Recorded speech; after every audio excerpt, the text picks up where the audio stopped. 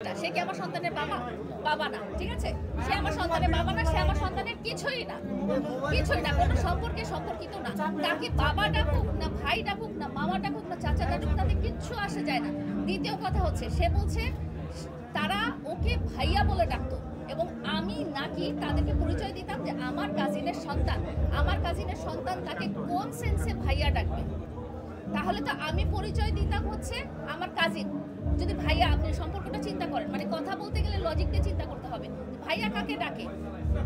আমার মামাকে, চাচাকে তো আমি ভাইয়া ডাকবো না। সে যদি আমার কাজিনের, মানে আমার বোনের সন্তান হয়, তাহলে তো তাকে মামা ডাকা উচিত। ভাইয়া কোন লজিকে ডাকবে? ঠিক আছে, প্রথম কথা তো আমি বলে দিলাম, সে আমার সন্তানদের কিছুই না। তাকে বাবা ডাকতে হবে বা আঙ্কেল ডাকতে হবে বা কি ডাকতে হবে, সেটা কোনো, ইট ডাজন্ট রিয়েলি ম্যাটার।